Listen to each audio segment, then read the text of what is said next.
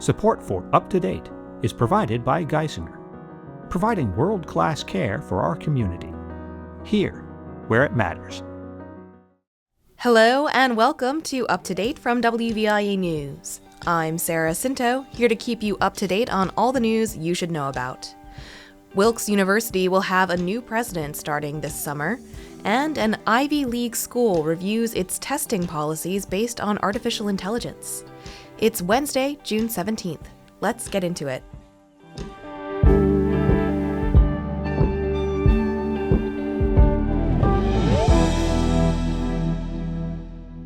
We'll start off with Wilkes. The university in Luzerne County named its new president on Tuesday.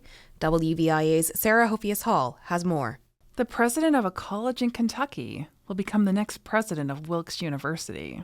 James Cousins will start at Wilkes on August 1st. He has served as president of Kentucky Wesleyan College in Owensboro, Kentucky, since 2024.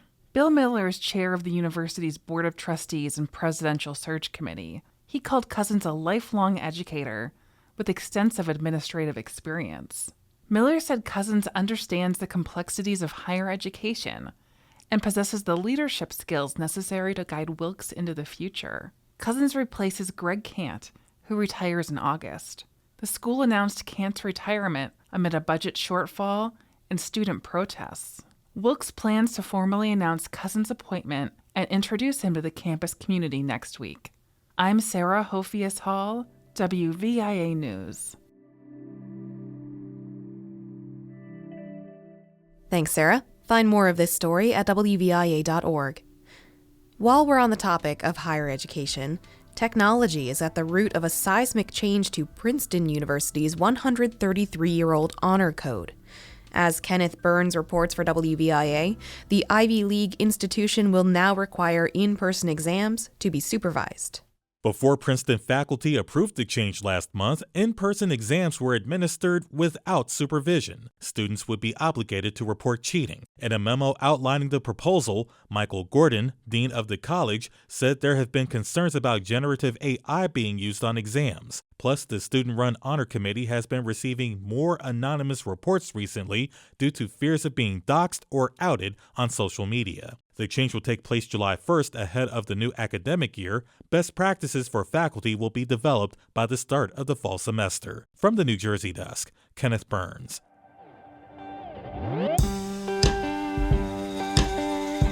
Stay with us. There's more up to date after this break.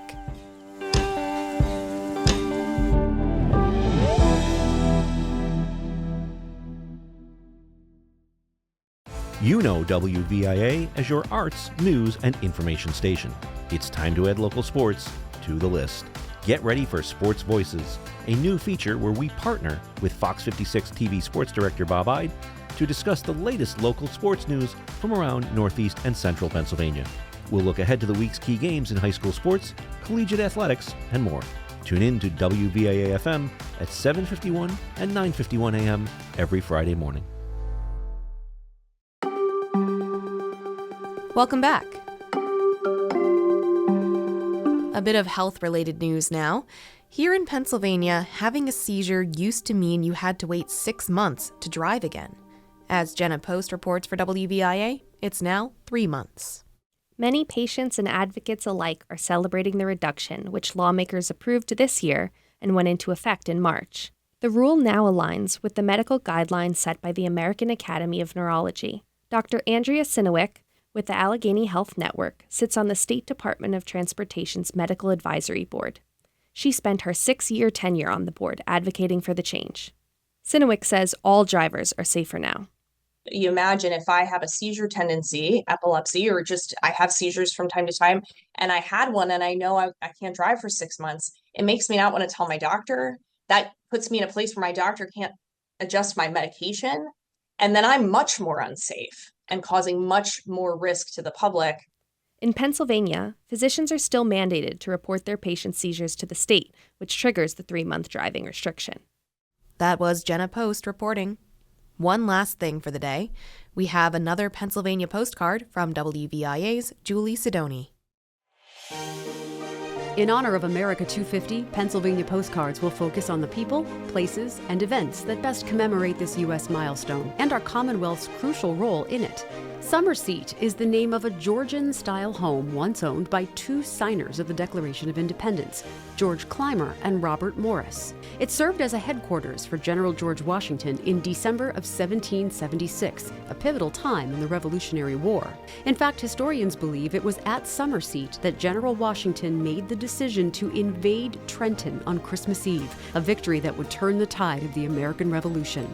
The house still stands in Morrisville, Bucks County, and is now managed by the Morrisville Historical Society, which offers tours. Summer Seat was eventually designated a National Historic Landmark years later. I'm Julie Sidoni. This is an America 250 Pennsylvania postcard from WVIA News.